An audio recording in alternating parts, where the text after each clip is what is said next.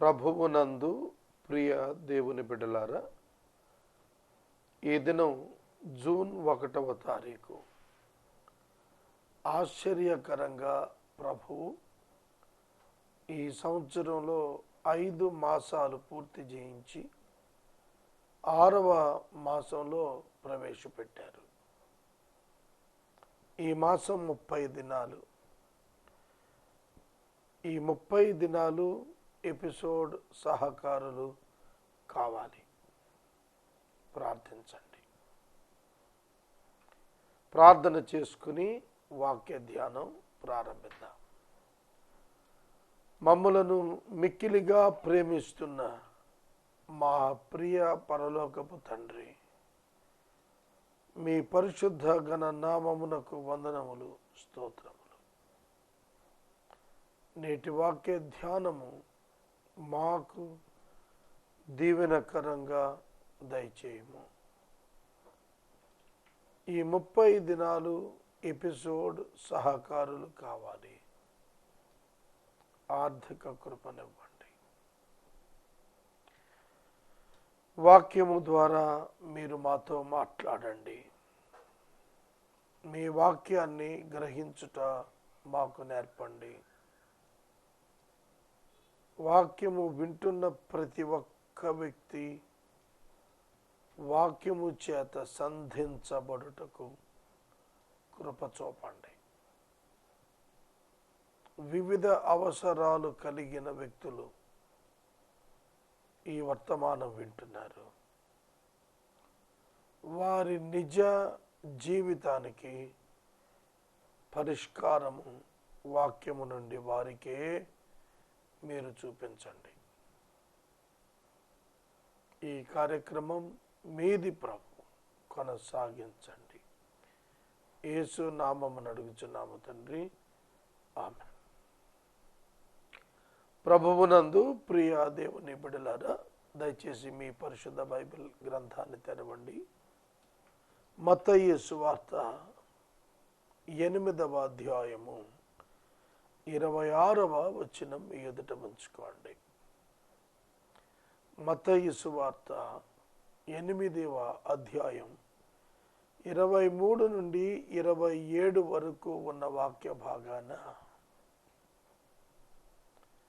యేసు దోణి ఎక్కి అద్దరికి వెళుతున్న సందర్భంలో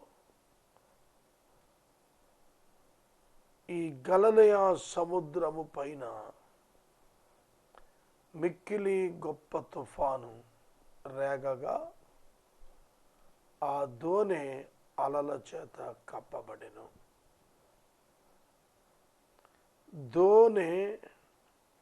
దోణి అనేటువంటి మాట ఇంగ్లీష్ బైబిల్లో బోట్ అనే వాడాడు, పడవ.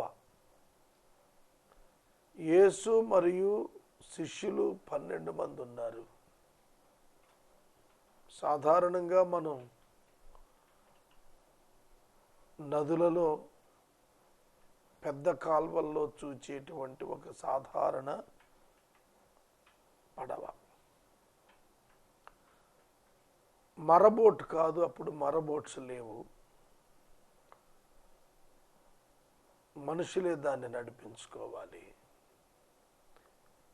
శిష్యులు జాలరులు, వారికి పడవ ప్రయాణం, పడవ నడపటం తెలిసిన విద్య. యేసు పడవలో నిద్రపోతున్నారు. గొప్ప తుఫానుకు శిష్యులలో కలవరం వచ్చింది. ఆ తుఫాను వారిని భయకంపితులను చేసింది. యేసు నిద్రపోతూనే ఉన్నారు. వాళ్ళు జాలరులే, ఎన్నో తుఫానులు చూచే ఉంటారు. కానీ ఈ తుఫాను మిక్కిలి రౌద్రంగా ఉంది. సముద్రం తన శక్తి అంతా చూపిస్తోంది. ఇది మధ్యధరా సముద్రం వంటి సముద్రం కాదు. గలిలయ సముద్రం, గెన్నేసరతు సరస్సు, ఇవన్నీ ఉపనామాలు.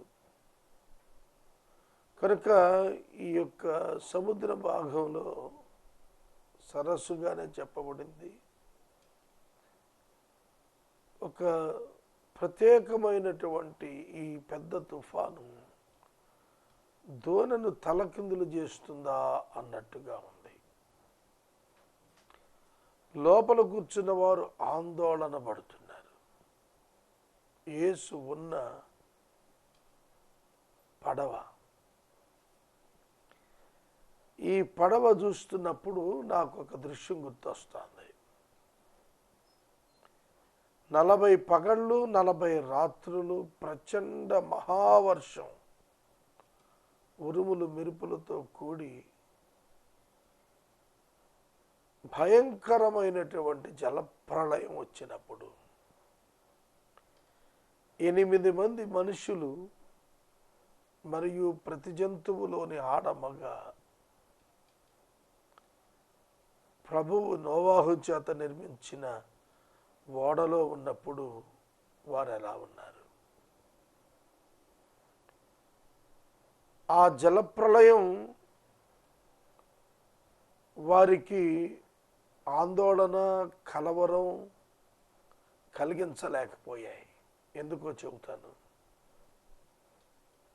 వారిని జలప్రళయం నుండి తప్పించటానికే దేవుడు ఆ ఓడ నిర్మింపజేశాడు. వింటున్నారా? జలప్రళయం నుండి తప్పించటానికి ఓడ నిర్మింపజేసిన దేవుడు ప్రళయపు బారిన ఓడలోని వారిని చంపుతాడా? ఓడ బ్రద్దలవుతుందా? దేవుడిచ్చిన నమూనాతో కట్టిన ఓడ, దేవుడు తలుపులు మూసివేసిన ఓడ, భవిష్యత్ కొరకు ఆ జనాంగం భద్రపరచబడిన ఆ ఓడ జాగ్రత్తగానండి, బ్రద్దలవుతుందా? ప్రచండ జల ప్రళయపు ప్రవాహాలు ఆ ఓడను ఢీకొంటున్నాయి.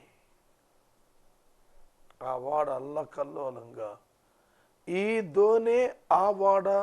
ఒక్కసారి మీరు మీ వాక్య అనుభవంతో మీరు ఒకసారి ఇమాజిన్ చేసి చూడండి, ఊహించుకొని చూడండి. వీరు భయపడ్డారు. యేసు డైరెక్ట్గా ఉన్నాడు లోపల. నోవహు జలప్రళయ సమయంలో 1 సంవత్సరం 17 దినాలు వాళ్ళు ఓడలో ఉన్నప్పుడు ప్రభువు డైరెక్ట్గా వారి మధ్యలో లేడు. వారికి వాక్యమే ఆదరణ ఇచ్చింది అంతే. కానీ ఇక్కడ సృష్టికర్త అయిన యేసు ఆ దోణిలో ఉన్నాడు.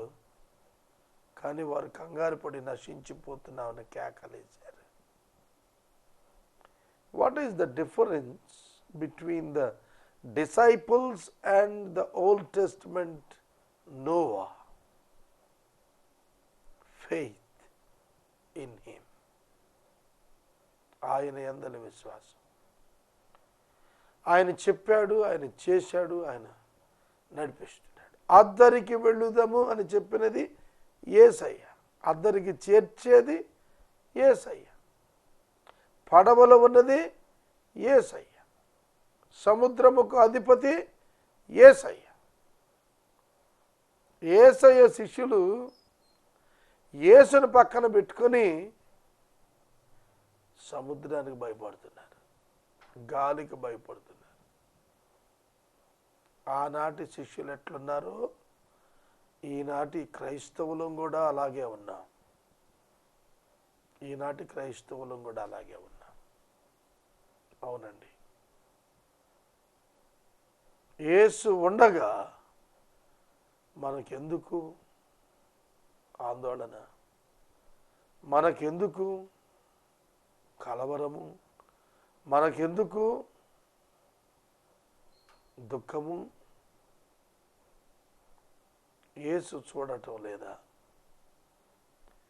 యేసును చూస్తున్నా యేసు మనలను చూచటం లేదనే భావానికి వెళుతున్నారు ఇవాళ. ప్రభు మనలోనే ఉన్నారు. మనం రక్షించబడిన వారం అయితే యేసుక్రీస్తు మనలో నివాసం ఉంటున్నాడు. అటువంటి మనం ఈ లోకంలో కలుగజేయబడుతున్న తొందరపాట్లకు ఎందుకు భయపడుతున్నాం? ఈ కారణాన్ని యేసు అన్న మాట ఏమిటంటే అల్ప విశ్వాసులారా అన్నాడు. నోవహు విశ్వాసముతో ఉన్నందున ఆ ప్రచండ జలప్రళయం 40 పగళ్ళు 40 రాత్రులు కురిసిన ఆ ప్రచండ జలప్రళయం నోవహును కలవరపరచలేదు. కొద్ది నిమిషాలు వచ్చిన ఈ తుఫాను చూచి ఈ శిష్యులు కలవరపడ్డారు. వారి కేకలకు ప్రభువు లేచాడు. ప్రభువు లేచిన తర్వాత మీకు విషయం చెబుతాను. అదేమిటంటే ఆయన మొదట గద్దించింది దేనిని? ఆయన లేచి మొదట గద్దించింది దేనిని? మీరు గమనించారా వాక్యంలో? ప్రభువా, మేము నశించిపోతున్నాం, మమ్మల్ని రక్షించమని ఆయనను లేపిరి. అందుకు ఆయన అల్ప విశ్వాసులారా ఎందుకు భయపడుచున్నారని వారితో చెప్పి గాలిని సముద్రమును గద్దింపగా మిక్కిలి నమ్మలమాయన. ప్రభు గద్దించింది మొదట సముద్రాన్ని కాదు, గాలిని కాదు, శిష్యుల యొక్క అల్ప విశ్వాసాన్ని గద్దిస్తున్నాడు. అల్ప విశ్వాసం ఎంత ప్రమాదం అంటే గాలి తుఫాను చేసే నష్టం కంటే గొప్ప నష్టం అల్ప విశ్వాసం వల్ల. యేసు మొదట గద్దిస్తోంది నీలోని అల్ప విశ్వాసాన్ని. ఇది నువ్వు గుర్తెరగాలి సోదరుడా. ఆయన ఎవరో అని ఇంకా అనుకుంటున్నారు. ఆయన వెంబడిస్తూనే ఉన్నారు. 4వ అధ్యాయం మొదలండి అద్భుతాలు చూచారు. 5వ అధ్యాయం మొదలు 7 వరకు ఆయన బోధలు విన్నారు. 8వ అధ్యాయంలో అప్పటికే ఎన్నో ఆశ్చర్యకార్యాలు చూచారు. కుష్టి వ్యాధిగ్రస్తుడు బాగవటం చూశారు. శతాధిపతి దాసుడు బాగవటం చూశారు. పేతురు గారి యొక్క అత్త బాగవటం చూశారు. అనేక దెయ్యాలు వదిలిపోవటం చూశారు. ఇన్ని చూచి చూచి చూచి చూచి కూడా మేము చచ్చిపోతామేమో అని భయానికి వెళ్ళాడు. క్రైస్తవుడు, నిజ క్రైస్తవుడు మరణానికి భయపడడు. మరణం వచ్చే విధానాలు చూస్తున్నప్పుడు క్రైస్తవుడు విస్మయానికి గురై ప్రభువును చేరతాననే నిరీక్షణ కలిగి ఉంటాడు. యేసుక్రీస్తు శిలువ మరణానికి భయపడలేదు. మానవ పాపం మోపబడటాన్ని గురించి దుఃఖపడ్డాడు ఆయన. కనుక ఆయన అల్ప విశ్వాసాన్ని గద్దించాడు. ఎందుకంటే అల్ప విశ్వాసం వారిని భయానికి లోను చేసింది. అవిశ్వాసం వలన వచ్చేది భయమే, అల్ప విశ్వాసం వల్ల వచ్చేది కూడా భయమే.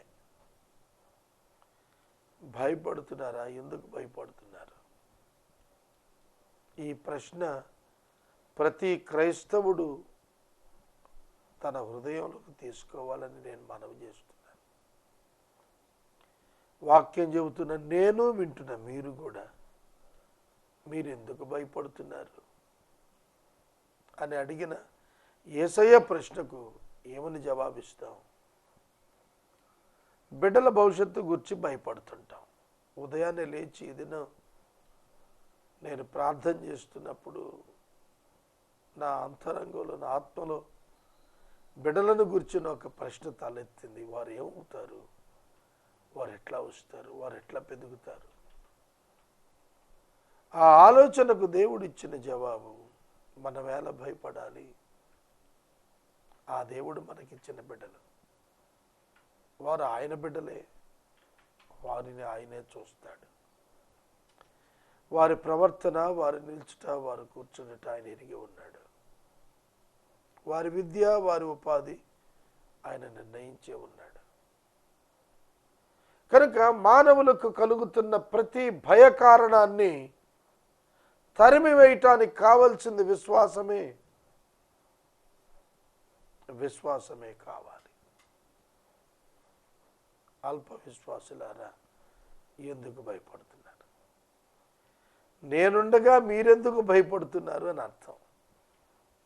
కానీ భయపడతాం, మనం మనుషులం కదా. కానీ ప్రభువు చెబుతున్నాడు, భయపడకండి మీరు మనుషులు, నేనున్నాను కనుక మీరు భయపడకండి, మీరు మనుషులైనా సరే. అది ఆయన చెబుతాను. భయపడని వాడు గొప్ప కార్యాలు చేస్తాడు, భయపడేవాడు కలవరపడతాడు. భయపడవద్దు, ప్రభు ఇస్తున్న అభయహస్తం. అనారోగ్యమా? భయపడవద్దు. నీ మీదకు నీ బంధువులు వ్యతిరేకంగా లేచారా? భయపడద్దు. Do not fear, do not be afraid. భయపడద్దు. You have your own God. నీ దేవుడు నీకున్నాడు, నీ పక్షాన పోరాడేవాడున్నాడు, నీ పక్షాన కార్యమును సిద్ధింపజేసేవాడున్నాడు. Why should you fear? Why should I fear? నేను ఎందుకు భయపడాలి? ఏఆర్ స్టీవెన్సన్ గారు ఒక పాట రాసి పాడాడు, చాలా గొప్ప అర్థం. నేనెందుకు భయపడవలను, నేనెందుకు భయపడవలను అని పాడాడు. నిజం కాదు? Why should I fear? I'm a child of God, I'm a disciple of Jesus. Why should I fear?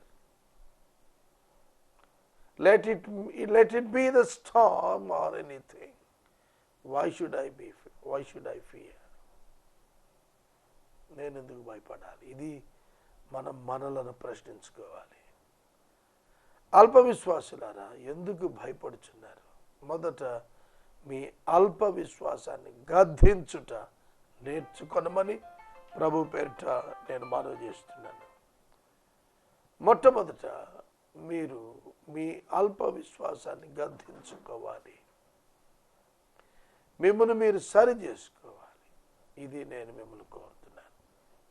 తర్వాత ఆయన లేచి గాలిని సముద్రమును గద్దింపగా మిక్కిలి నిమ్మళమాయెను. అర్థమవుతుందా? మొదట వారి అవిశ్వాసాన్ని, అల్ప విశ్వాసాన్ని గద్దించి లేచి గాలిని సముద్రమును గద్దింపగా అవి నిమ్మళమాయెను. లోబడుతున్నాయి. గాలి లోబడింది, సముద్రం లోబడింది. ప్రభువు మనలను సంరక్షిస్తాడు. మన మీదకు లేచిన ప్రతి గాలి తుఫానుల వంటి శోధనల నుండి ఆయన మనలను, మన పరిస్థితులను నెమ్మదింపజేస్తాడు. తీవ్ర ఆర్థిక అవసరతల అవి నెమ్మదింపజేయబడతాయి. నీ గొప్ప సమస్య నిన్ను నిద్రపోనీయటం లేదా? అది నెమ్మదైపోతుంది. రేగిన తుఫాను, చెలరేగిన గెదరేనీయుడు నెమ్మదిగానే అయిపోయారు యేసు ఎదురైనప్పుడు. Put Jesus before you. యేసును ముందు పెట్టండి, మీరు వెనక్కి కాకుండండి. అన్నీ నెమ్మదవుతాయి, అన్నీ నెమ్మదవుతాయి. 25 సంవత్సరాల సేవా జీవితంలో నేను చూశాను, నేను కలుగు చేసుకున్నప్పుడే తొందరపాట్లు, ఆయనకు అప్పగించుకున్నప్పుడు అంతా నెమ్మదే చూశాను. గాలి సముద్రమును ఆయన గద్దించాడు. గాలిని ఆయన తన ధనాగారం నుండి రప్పిస్తాడు. It is under the control of God. వాయువులను ఆయన బిగబట్టగలిగినటువంటి వాడు. వాయువులను ఆయన బిగబట్టగలిగిన వాడు, రప్పించగలవాడు, ఆపు చేయగలిగిన వాడు. సముద్రాన్ని నిర్మించిన వాడు, సముద్రాన్ని నియంత్రిస్తున్నవాడు, సముద్రం లేకుండా చేయగలిగినవాడు. యేసు అంటే ఎవరు? సముద్రాన్ని నిర్మించినవాడు. చాలామంది యేసు ప్రభు అంటే 2000 సంవత్సరాల క్రితం వచ్చిన ఆయన అనుకుంటున్నారు. ఆయన యెహోవా, ఆయన దేవుని వాక్యము, ఆయన యెహోవా వాక్కు. You cannot separate the word of God from God. యెహోవా వాక్కును యెహోవా నుండి వేరు చేయలేవు. యెహోవాలో నుండి యెహోవా వాక్కు ప్రత్యక్షతకు వచ్చాడు. ఆయనే ప్రభు అయిన యేసుక్రీస్తు. ఆయన తన వాక్కు ద్వారా సమస్తం చేశాడు. ఆయన లేచి మాట్లాడింది ఆయన వాక్కే. యేసు లేచి మాట్లాడింది దేవుని వాక్కు. కలగమంటే కలిగేది, తొలగమంటే తొలగేది ఆ వాక్కులో ఉన్నది. సముద్రం ఎందుకు మిక్కిలి నమ్మలగవదు? గాలి ఎందుకు అణిగిపోదు? ఆ వాక్కు చేతే కలిగాయి కదా, ఆ వాక్కునకు ఖచ్చితంగా లోబడతాయి. మానవుడిది తెలుసుకోవాలి. యేసు సృష్టికర్త. సముద్రము అలల మీద నడిచినవాడు ఆయన. ఆయనకి చేతనగ్ను. పేతురును నడిపించినవాడు ఆయన. ఆయనకు చేతనగ్ను. అది ఆయనకు దాసుడిగా ఉంటుంది. మన అవిశ్వాసాన్ని బట్టి మన మీద చెలరేగినట్టు కనబడిన మన ప్రభువును బట్టి అది అణిగే ఉంటుంది. ఇది నేను నేర్చుకున్న పాఠం. నా ప్రభువును బట్టి పరిస్థితులు అణిగే ఉంటాయి. నా ప్రభువును బట్టి దురాత్మలు అణిగే ఉంటాయి. నా ప్రభువును బట్టి ప్రకృతి అణిగే ఉంటుంది. ప్రభువును బట్టి, ప్రభువు మాటను బట్టి. యోబు జీవితంలో ప్రభువు ఆ మాట అను కంచె తీసినప్పుడు, తన కంచె తీసినప్పుడు ఏమి జరిగిందో మనందరికీ తెలుసు. జీవితమే అల్లకల్లోలం అయిపోయింది. కనుక ఆయన తన మాటను, వాక్కును మనకు కంచెగా ఉంచాడు. ఆయన వాగ్దానాలే మనం నాశనం కాకుండా ఉన్నాం. ఇంకా ఆయన గుణశీలాలే మనం ఇంకా భద్రంగా ఉండడానికి కారణాలు. ఆయన లేచి సముద్రమును గద్దింపగా మిక్కిలి నెమ్మళమాయను. గాలిని గద్దింపగా మిక్కిలి నెమ్మళమాయను. ఏమండి, సముద్రానికి ప్రాణం ఉందా? గాలికి ప్రాణం ఉందా? నేను రికార్డింగ్ చేస్తున్నాను. నా ముందు వాటర్ బాటిల్ ఉంది, సైలెన్స్లో ఉంచిన సెల్ ఫోన్ ఉంది, బైబిల్ ఉంది. వీటికి ప్రాణం లేదు కదా. ఇవి నా మాట వింటాయా? కానీ అవి యేసయ్య మాట వింటాయి. నా మాట వినకపోవటానికి కారణం ఏంటంటే నేను ప్రాణమున్న వాటితోనే స్పందన, ప్రతిస్పందన చేయగలుగుతాను. ప్రాణం లేని దాన్ని నాకేం స్పందిస్తుంది? కనుక దేవుడు ఆయన, మన మనుషులు ఆయన దేవుడు. ఇది మనకు రుజువు చేస్తోంది. శరీరములోనికి వచ్చిన ఆ దేవుడు ఒక ఉద్దేశ ప్రకారంగా ఈ లోకంలో నివసించాడు. 27వ వచనంలో ఆ మనుషులు ఆశ్చర్యపడ్డారు. ఏమండి, దయ్యాన్ని వదిలించినప్పుడు ఆశ్చర్యపడినట్టు రాయలేదు. కుష్టి వ్యాధి కలిగిన వాడుది వదిలించినప్పుడు ఆశ్చర్యపడినట్టు రాయలేదు. శతాధిపతి దాసుడు బాగుపడినప్పుడు ఆశ్చర్యపడినట్టు రాయలేదు. కానీ ఇప్పుడు ఆశ్చర్యపడుతున్నారు. ఎందుకు? పాత నిబంధనలోని బిబ్లికల్ రికార్డ్స్ అన్నీ మనం చూస్తున్నప్పుడు సముద్రాన్ని కంట్రోల్ చేసిన వాడుగా కనపడింది మోషే ఒక్కడే. సముద్రాన్ని పాయలుగా చేసి ఆరిన నేల మీద నడిపించి మళ్ళా సముద్రాన్ని క్లోజ్ చేసి అందులో ఫరో సేనల్ని ముంచేసింది దేవుడు మోషే ద్వారా. మోషే కనిపించాడు చరిత్రలో వాళ్ళకి సముద్రాన్ని కంట్రోల్ చేసినాడు. ఆ మోషే చెప్పాడు, నా వంటి సహోదరుణ్ణి మీ సహోదరులలో నుండి, నా వంటి ప్రవక్తను మీ సహోదరులలో నుండి ఆయన లేపుతాడు, మీరు ఆయన మాట వినాలి. యూదులకు ఇది తెలిసిన సబ్జెక్టే. కనుక సముద్రాన్ని గద్దించేవాడు, సముద్రాన్ని అణిచేవాడు మోషే కంటే గొప్పవాడు వారి దోణిలో వారితో ఉన్నాడు. వారు ఆశ్చర్యపడుతున్నారు.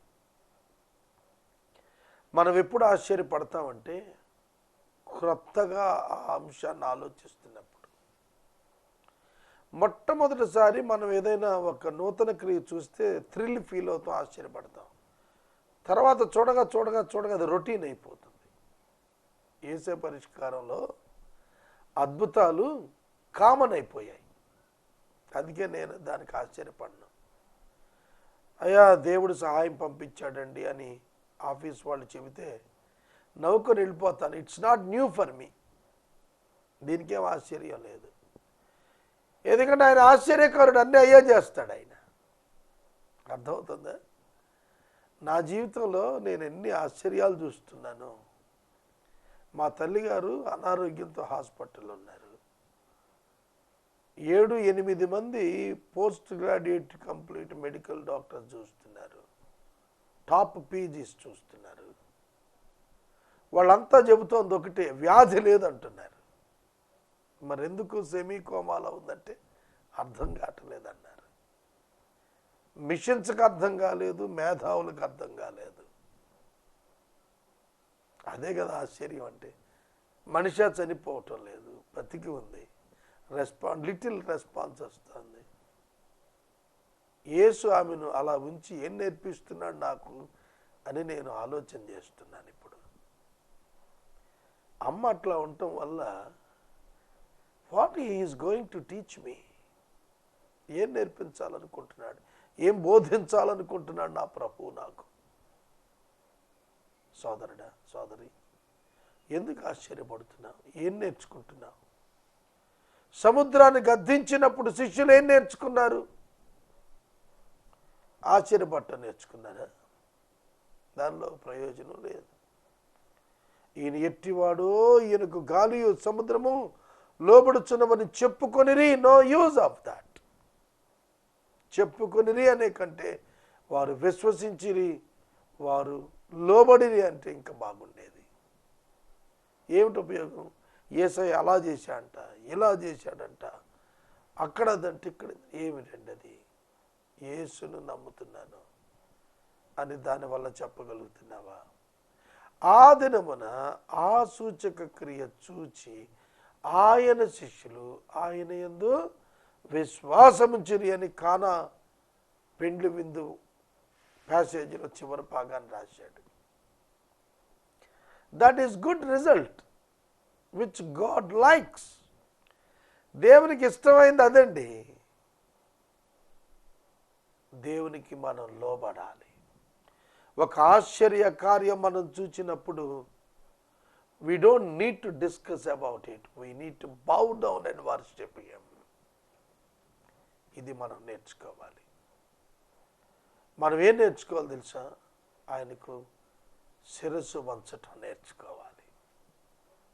సోదరుడా, సోదరి, సముద్రాన్ని అణిచిన దేవుడు నీ శిరస్సును అణుస్తున్నాడా? నీ శిరస్సు ఆయన పాదాల దగ్గర నువ్వు అణచగలుగుతున్నావా? నీ మోకాళ్ళు ఆయన పాదాల దగ్గర అణచగలుగుతున్నావా? నీ నోరు అణుచుకుంటున్నావా? నీ తలంపులు అణుచుకుంటావా? ప్రభు సంతోషిస్తాడు. నేను వాక్యాన్ని ముగిస్తున్నాను. రేపటి వాక్య ధ్యానంలో మిగిలిన సందేశం ధ్యానిద్దాం, ప్రార్థించుకుందాం. మమ్మలను మిక్కిలిగా ప్రేమిస్తున్న మా ప్రభువా, నాతో మాట్లాడారు, మీకు వందనాలు. నాతో మాట్లాడారు అంటే మనుషులకు అర్థమవుతుందా? మాట్లాడినట్లు నాకు అర్థమవుతోంది ప్రభు. ఎందుకంటే ఇతరులు మాట్లాడుతుంటే నేను గ్రహించినట్లు మీరు వాక్యం నా ద్వారా పలుకుతుండగా నేను గ్రహించగలిగాను మీరు మాట్లాడుతున్నారని. సందేశం హృదయంలోనికి చేరింది, ఇన్స్ట్రక్షన్ లభించింది, పాటించడం సహాయం చేయండి. దీనిని అర్థం చేసుకొనటం అవిశ్వాసులకు అసాధ్యం. విశ్వాసులంగా మేము దీన్ని అనుభవిస్తున్నాం. కృతజ్ఞతలు. మా ప్రేక్షకులను దీవించండి. కార్యక్రమం కొనసాగింపుకు సహకారులను పంపండి. మీ దాసుని గొంతు బలహీనంగున్నది, బలపరచండి. అర్థవంతమైన క్రైస్తవ జీవితానికి నన్ను స్థిరపరచండి. యేసు నామమున ప్రార్థిస్తున్నాను తండ్రి, ఆమేన్. తండ్రి అయిన దేవుని ప్రేమ, కుమారుని యేసయ్య కృప, పరిశుద్ధాత్మ దేవుని యొక్క అన్యోన్య సహవాసం సదాకాలం మనందరికీ తోడైండును గాక. ఆమేన్.